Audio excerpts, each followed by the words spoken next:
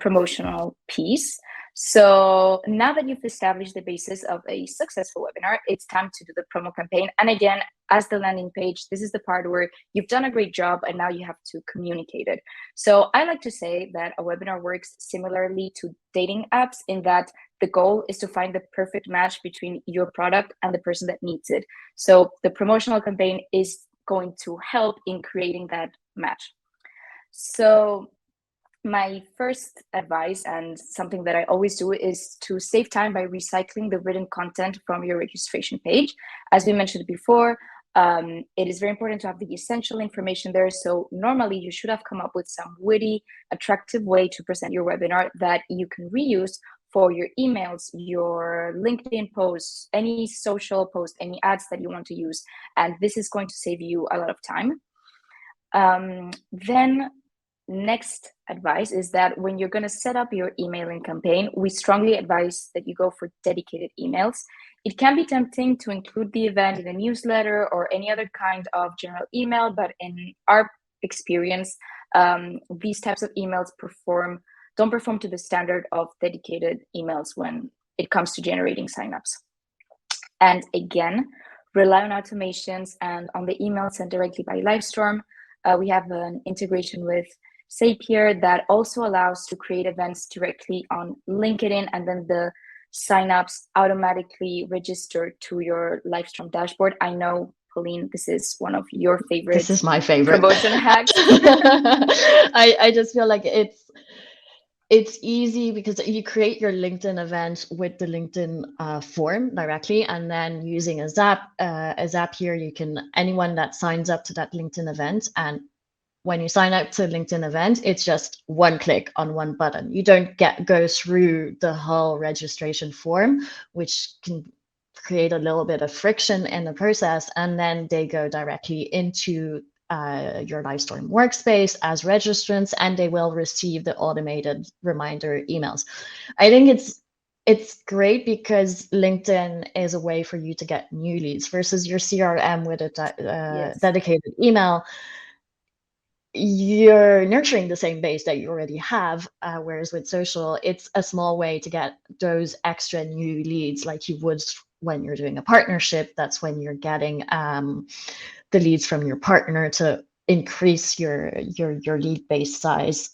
There was a poll sent out, and a couple of people have replied. Social media and emails votes are still coming in on what your favorite promotion channel is. Africa, what's yours? I'm very traditional.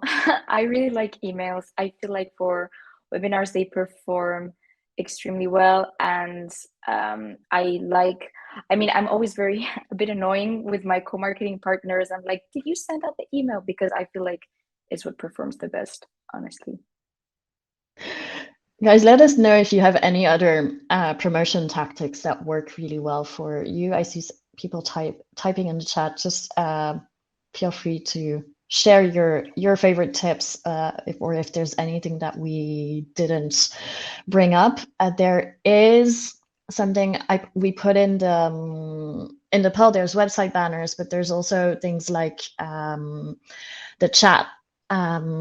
There's integrations like with Drift or Intercom where you can put in your webinars in the chat playbooks, and so they pop up on different pages to promote them at some place. Catherine is saying, do you feel like emails are becoming outdated just because people get so many and stop paying attention? They might get outdated, but they still do perform. I mean, I don't think they're becoming outdated, but they are becoming sort of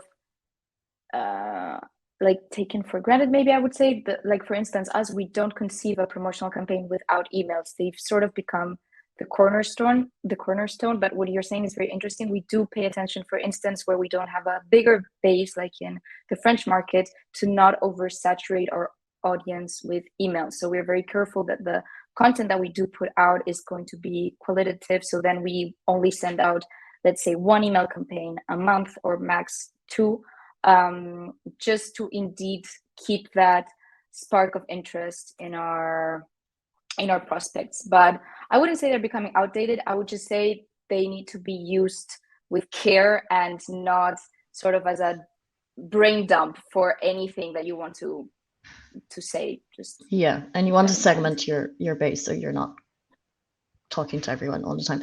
I just see a question from Alexander. I'm going to take it now because it's really linked to the LinkedIn app.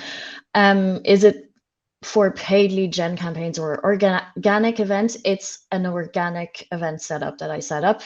You just go into the LinkedIn page, create event, and add, just select when you're creating that event, the LinkedIn form.